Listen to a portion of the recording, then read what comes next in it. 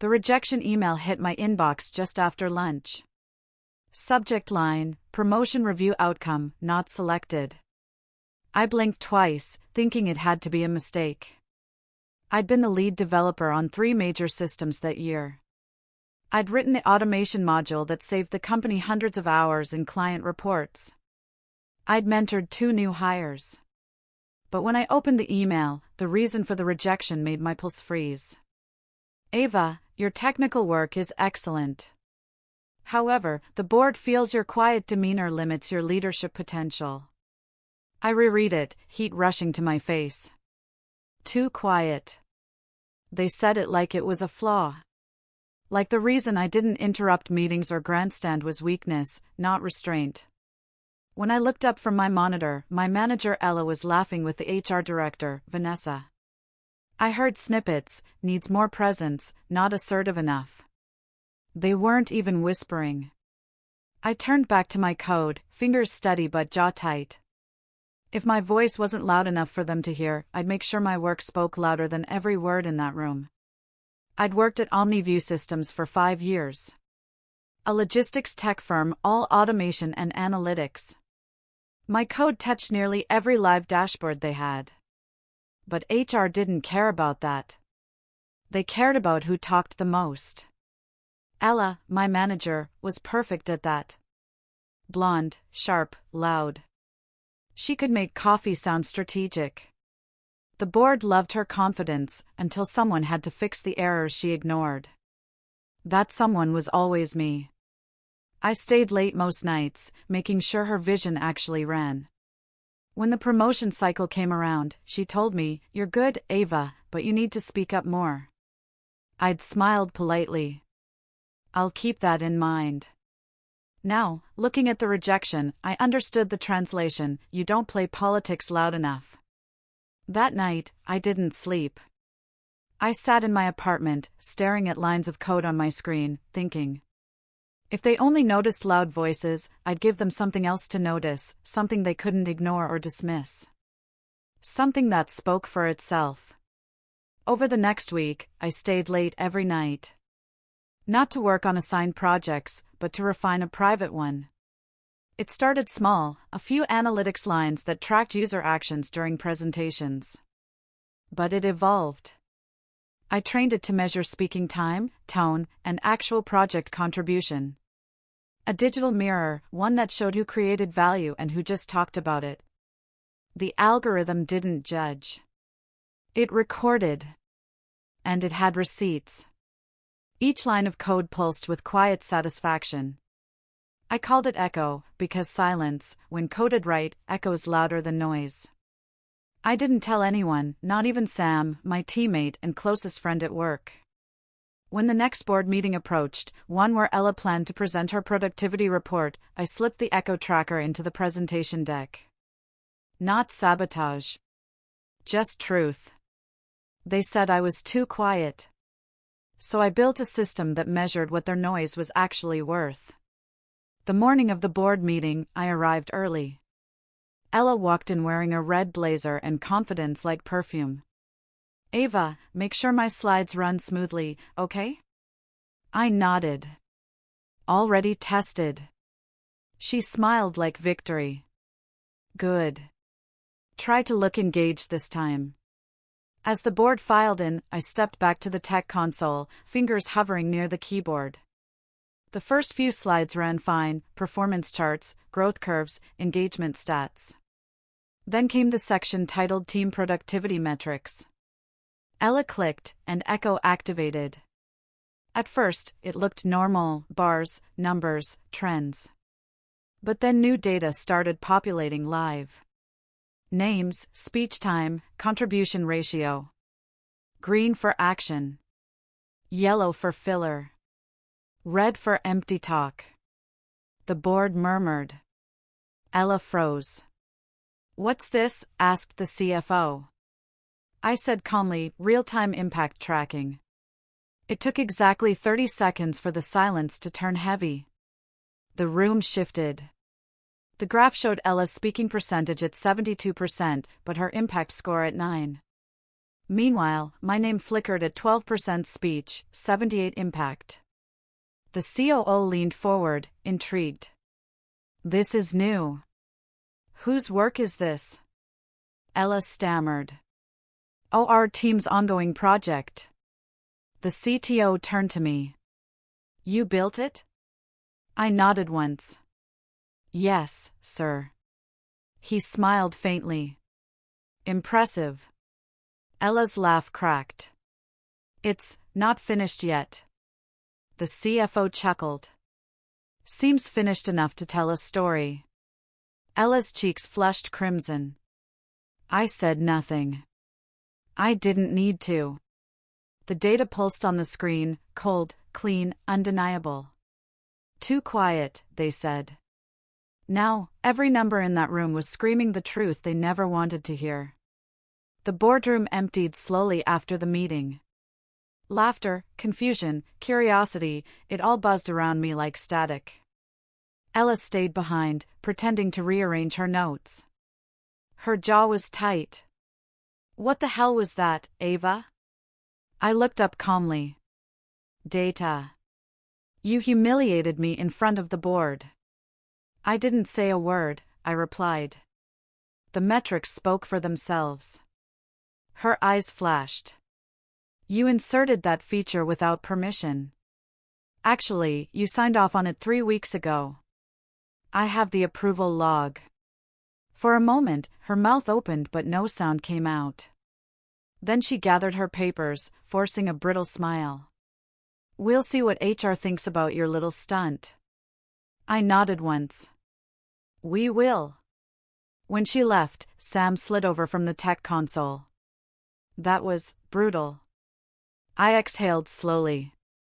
It wasn't meant to be. I just wanted transparency.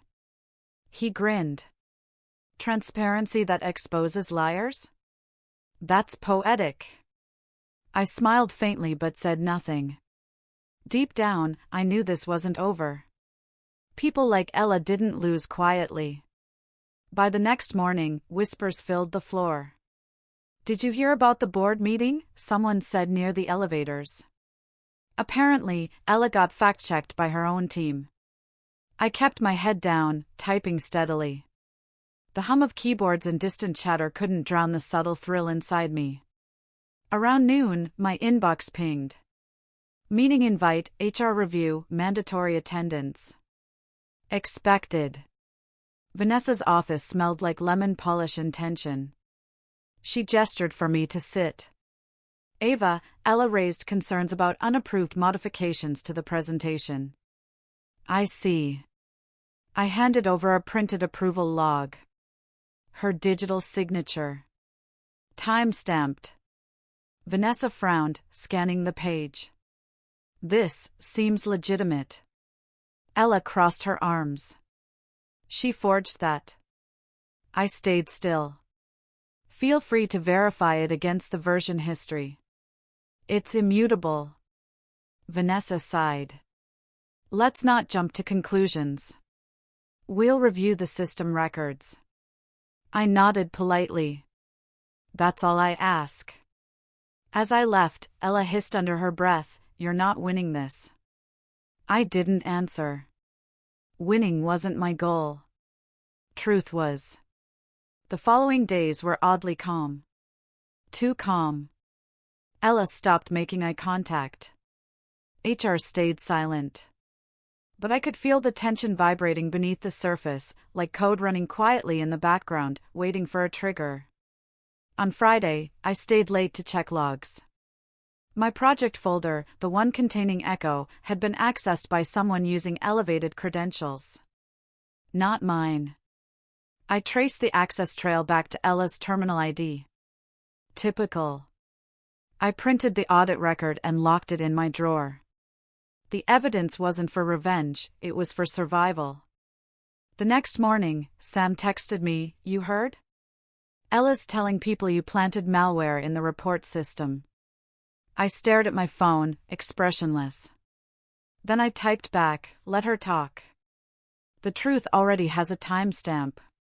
When I got to the office Monday, Vanessa's assistant waved me in. They need you in the boardroom.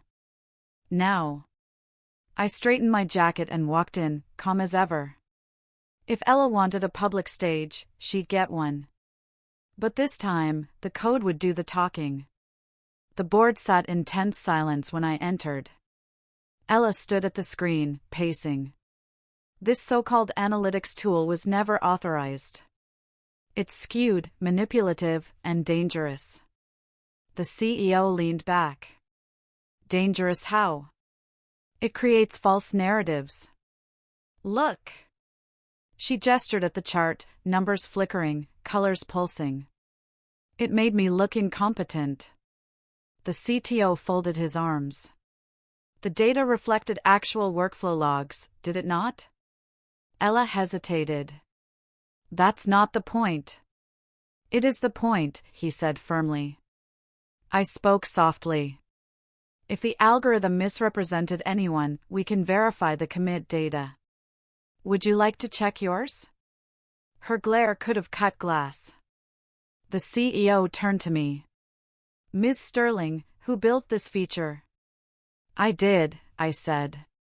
And it runs entirely on verifiable data, timestamps, commits, activity levels, and meeting transcripts. Nothing subjective. He nodded slowly. I want a full audit report by end of week. Yes, sir.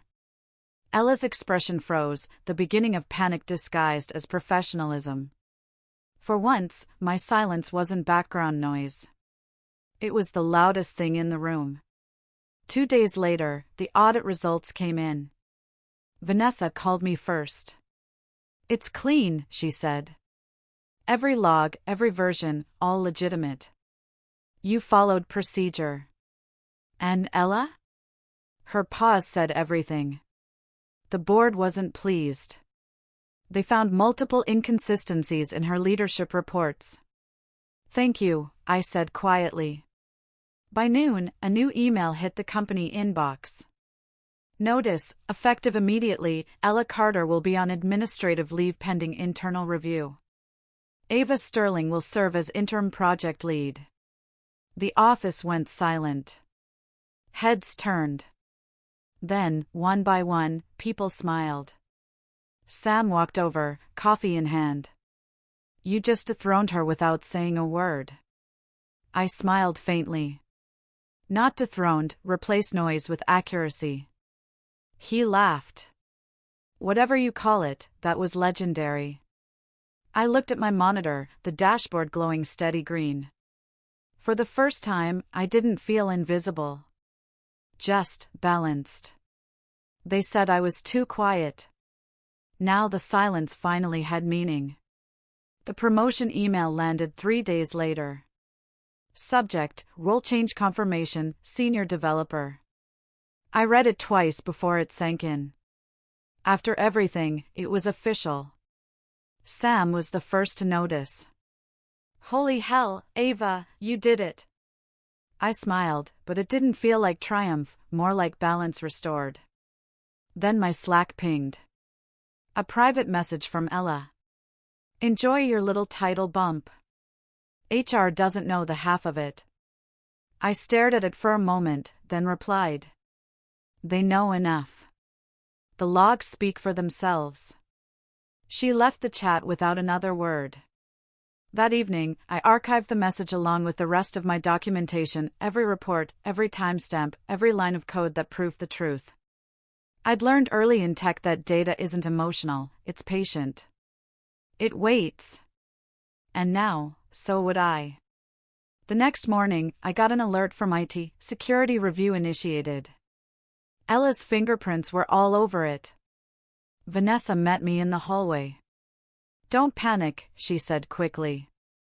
The CTO requested an integrity audit. Standard protocol. I nodded. Of course. It wasn't the first time someone tried to use procedure as punishment. By afternoon, the IT security team was at my desk, polite but thorough. They copied my drives, verified access logs, and double-checked version control. When they finished, the lead auditor smiled.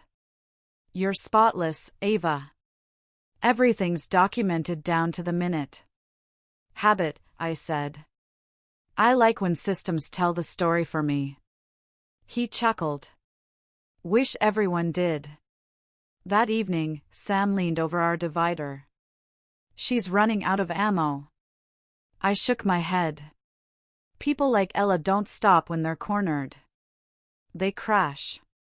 Friday afternoon brought another email, this one from Vanessa herself. Board meeting Monday. Bring a live demo of the analytics tool. I reread it slowly. Another board meeting. Another spotlight. But this time, I wasn't nervous. I opened the Echo code and checked every function. Still flawless. Then I added a new feature, a contribution tracker that mapped each user's commits, bug fixes, and project hours. When I ran the prototype, the results appeared in color-coded bars. My name, 78%. Ella's, 3%. I stared at the screen, not smug, just resolved. Monday wouldn't be about revenge. It would be about visibility. The kind that numbers, not words, could provide. The boardroom gleamed under bright light. The CEO, CFO, and CTO sat in a row, expectant. Ella was there too, poised, smiling thinly, pretending this was her show. Let's see this tool of yours, the CEO said. I plugged in my laptop. The dashboard came alive, soft blue background, clean graphs, real data. This system, I said, tracks measurable impact, code commits, project deliverables, and communication efficiency. The contribution tracker tab pulsed gently. I clicked it open. Bars stretched across the screen, each tagged with initials. The CEO leaned forward. These numbers are live? Yes. Pulled directly from our project logs. He scanned the screen. Ella, your metrics are quite low. Her smile cracked. I delegated. Leadership isn't coding. The CTO's voice was calm. Leadership is contribution in any form. We just quantified it.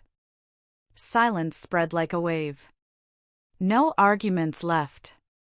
No excuses. Just truth, displayed in color. After the meeting, I stepped into the hallway.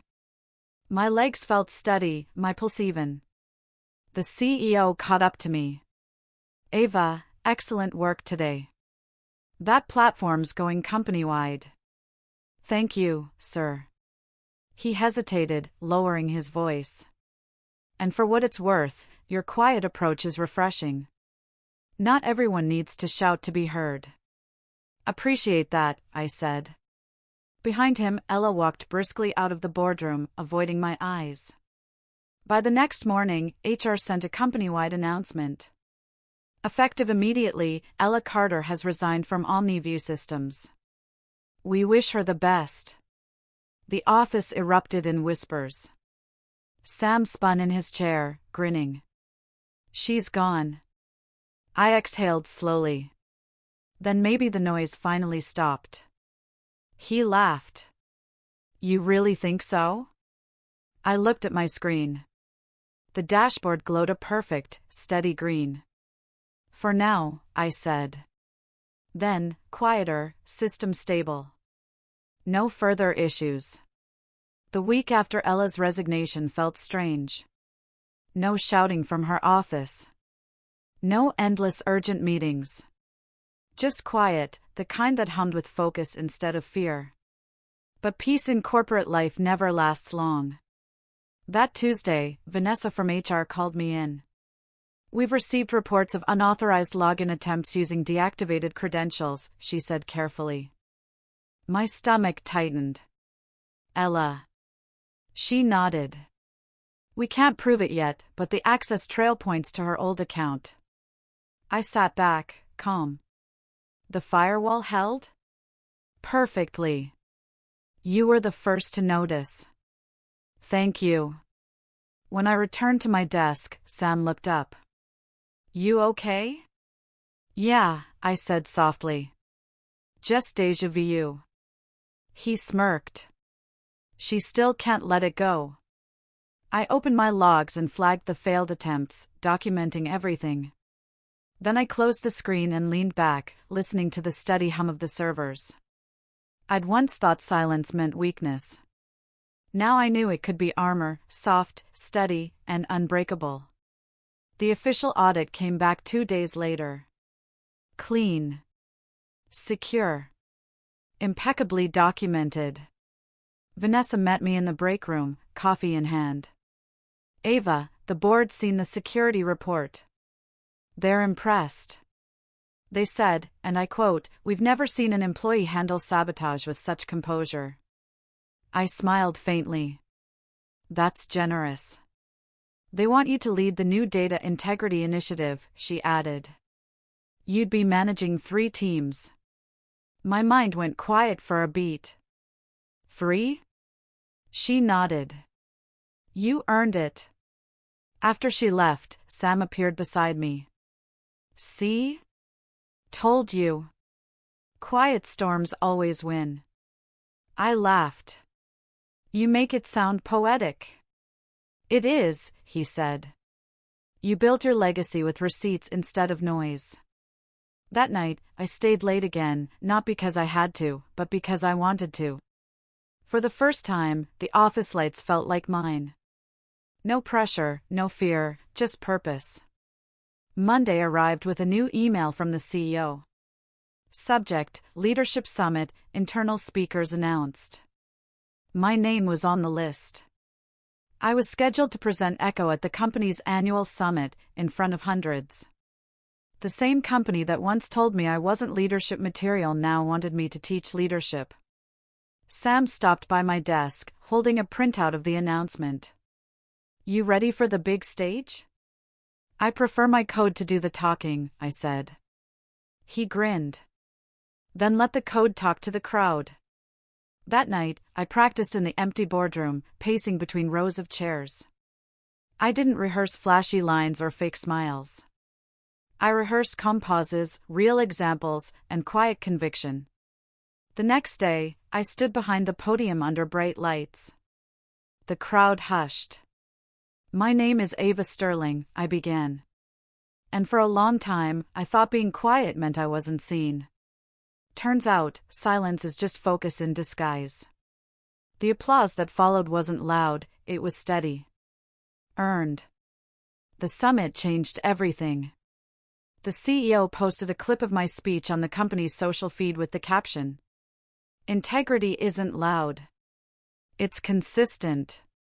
Ava Sterling proved that. The video exploded internally, shared across departments, mentioned in company forums, even referenced by partners. Within weeks, Echo was rolled out across 3 divisions. I was appointed to oversee the implementation and training teams. During one of the rollout sessions, a young developer raised her hand. How did you stay calm when everyone doubted you? I thought for a moment. I stopped trying to convince people, I said. I started building proof instead. She nodded slowly, the same way I once did when someone else's quiet courage lit a spark. That evening, as the last line of code deployed successfully, the system log displayed, process completed. No errors detected. I smiled. No errors detected, I whispered back. The following quarter, OmniView Systems hit record profits. The CEO opened the all-hands meeting with my team's work. Our analytics engine is transforming how we evaluate performance, he said. Real accountability, real results. He gestured toward me. And that's thanks to Ava's leadership. Applause filled the room. I nodded once in acknowledgement, no speech, no dramatics. Just quiet gratitude. After the meeting, Vanessa caught me in the hallway. You know, she said, I used to think confidence meant volume. Now I realize it means control. I smiled. Control and proof. She laughed. You and your data. Data doesn't lie, I said. Back at my desk, I opened Echo one last time. All systems green, stable as ever. At the bottom of the screen, I typed a final log note. Integrity verified. Noise reduced. Output optimal. Then I leaned back and whispered, just for me. System stable. No further issues. And this time, the silence felt like applause. A year passed faster than I could track it. Echo had gone global, licensed to firms in 4 countries, integrated into new platforms, even featured in a tech magazine under Silent Systems, How One Developer Rewired Workplace Accountability. I didn't chase the spotlight, but it found me anyway. One morning, I got an email from the CEO. Ava, the board wants you to represent OmniView at the International Leadership Conference in Lisbon. You're our best example of innovation through integrity. I stared at the screen, half in disbelief, half in quiet pride. Later, Sam dropped by my office. You're going international now? I laughed. Guess the quiet kid finally got a microphone. He smirked. And I bet you'll still talk less than everyone else. Probably, I said. But my slides will be flawless. That night, I packed for Lisbon and thought about the years behind me, the rejection, the silence, the precision. They once called me too quiet. Now they called me indispensable. Lisbon shimmered beneath soft morning light. At the conference, thousands filled the grand hall, suits, laptops, cameras flashing. My name appeared on the big screen. Ava Sterling, quiet leadership in a noisy world. When I stepped on stage, the applause felt unreal. I used to think being quiet meant invisible, I began. But silence is just attention that's been sharpened.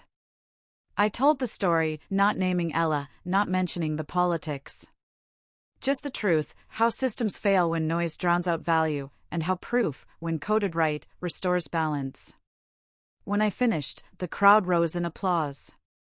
Afterward, a young woman approached me near the exit. I'm new in tech, she said shyly. Everyone tells me to speak up more. But I don't like forcing my voice. I smiled. Then let your results speak for you. They're louder anyway. She grinned, and I saw a bit of myself, years ago, before I realized silence was never a flaw. 2 weeks later, back at OmniView, Vanessa stopped by my office with a small envelope. What's this? I asked. Congratulations, she said. You've been nominated for the Global Tech Leadership Award. I blinked. You're joking. She laughed. Nope. The board insisted. When she left, I sat there for a long minute, staring at the envelope. I wasn't sure what felt heavier, pride, disbelief, or the quiet gratitude that comes after finally being understood. That evening, during our team meeting, I told them. Sam whooped. You're basically the face of ethics now. Let's not get dramatic, I said. He leaned back, smiling. You realize you rewired how this company thinks, right? Before you, everyone believed noise meant power. I thought about that. Maybe, I said softly. But I didn't change the company. I just made the system show what was always true. Sam raised his cup. To quiet revolutions. To quiet revolutions, I echoed. The night of the awards, the ballroom glittered with glass chandeliers and applause. When they called my name, I stood slowly, heart calm. The presenter smiled. Ava Sterling, for proving that leadership isn't about how loud you speak, but how clearly your results echo. I took the stage, accepting the award, a sleek silver prism that caught the light like code itself. Thank you, I said. This isn't just my win. It belongs to every person who ever stayed late to fix what others broke, who let the data do the talking, and who learned that silence isn't absence, it's focus. The audience rose in applause, the kind that didn't roar but resonated, steady, lasting, real. Later, alone on the balcony, I looked over the city skyline. In the glass reflection, I barely recognized myself, no longer the quiet junior developer afraid to speak, but a leader who let truth shape her story. I smiled at the thought. Silence had finally come full circle. Months later, I sat in my office, the same view I'd once stared out of as an overlooked employee. Now, new hires came to me for advice, notebooks open, eyes bright. One morning, an intern hesitated by my door. "Ms. Sterling?" "Just Ava," I said. "What's up?" She fiddled with her sleeve. "I'm not great at speaking in meetings. I worry people think I don't care." I smiled softly. "You remind me of someone I used to know."